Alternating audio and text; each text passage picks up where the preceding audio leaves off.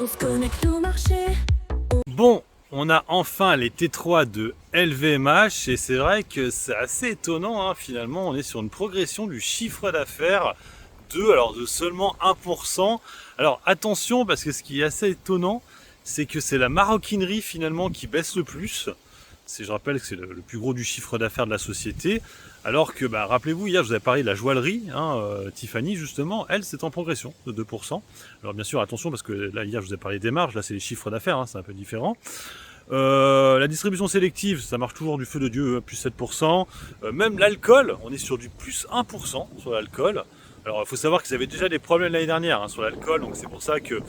Bon, voilà, et du coup, ce qui fait un total de plus 1% de hausse de chiffre d'affaires, donc c'est mieux que le T2 qui a été donné avant, étant donné qu'on était négatif, au T2, je ne sais pas si vous vous rappelez, on était sur du moins... Je sais plus si c'était moins 2 ou moins 4 sur LVMH, je me rappelle plus trop. Mais en tout cas, on était négatif, ça c'est sûr et certain. Donc ça, c'est plutôt positif. Ce qui est aussi positif, c'est que visiblement, ça va mieux du côté de la Chine. On sait que c'est là aussi que ça a posé problème sur le luxe, et visiblement, d'après Bernard Arnault, ça va mieux. Ça c'est plutôt cool. Alors, on le voit du coup sur les futurs, sur LVMH, elle progresse assez fortement, mais bon c'est normal, les chiffres d'affaires sont pas trop mauvais, même si je trouve que la maroquinerie, le moins 2 c'est pas dingo quand même, mais bon voilà. Et du coup ça va être intéressant de voir comment va faire Kering, parce que Kering a beaucoup plus de maroquinerie que LVMH au niveau de son chiffre d'affaires. Je rappelle que Gucci c'est plus de 50% des chiffres et c'est quasiment que de la maroquinerie chez LVMH, chez Kering pardon. Donc ce sera intéressant de voir, on les a pas encore assez je crois pas Kering. En tout cas LVMH elle a passé haut la main les chiffres d'affaires des T3 et du coup ça progresse assez fortement.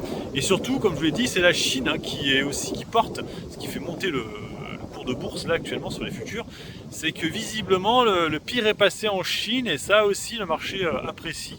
Parce qu'on sait que c'était principalement ça qui faisait que ça buguait le luxe ces derniers temps. On notera quand même que ces derniers temps, les sociétés comme Hermès qui cartonnaient fait rien là, parce que entre parenthèses LVMH, on est loin d'être à des plus bas là. On est à 560, rappelez-vous on était à 420 au plus bas. Alors que là actuellement sur Hermès on est à 2030. Alors que rappelez-vous les plus hauts on était à 2700. Donc on a beaucoup rechuté sur Hermès alors que LVMH, elle sur un an, on est bien monté. Comme quoi, ça dépend ce qu'on prend, mais Hermès finalement sous-performe complètement LVMH et bien sûr Kering. Donc normalement demain ça va monter vu qu'on voit les futurs ils sont plutôt bien. On a vu aussi le budget, j'en parlerai juste après notre vidéo. Voilà, en tout cas LVMH c'est acheté par les marchés et vous, qu'est-ce que vous avez fait? Vous avez tenté les résultats ou pas? Sur ce je vous laisse, bon investissement, bon trade, ciao ciao.